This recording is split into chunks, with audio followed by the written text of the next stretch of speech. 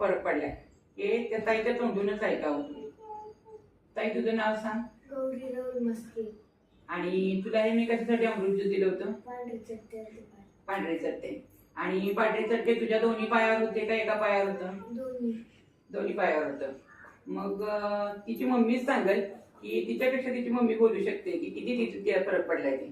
ताई तुम्ही सांगा की तिला किती फरक पडलाय? आम्ही हे ज्यूस चालू केल्यापासून तिला जवळजवळ 50% फरक पडलाय.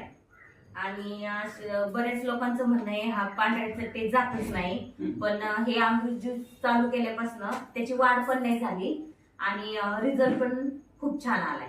म्हणजे एका पायावरचं उजव्या पायावरचं तर पूर्ण गेलेले आणि डाव्या पायावर आहे ते प्रमाण कमी कमी होत चाललंय. ठीक आहे. तुम्ही ते कसं कसं देत होता तिला? ते कोमट पाण्यातनं देतो.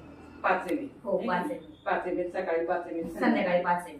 बरोबर का नाही? हो. म्हणजे हा रिझल्ट बघून तुम्ही समाधानी आहात? समाधानी आहे.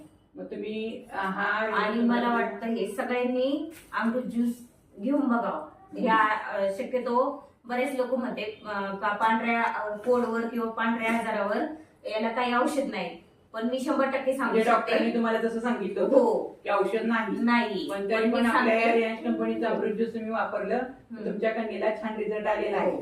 तर हर हर रियाज घर घर रियाज, हर हर रियाज घर घर रियाज.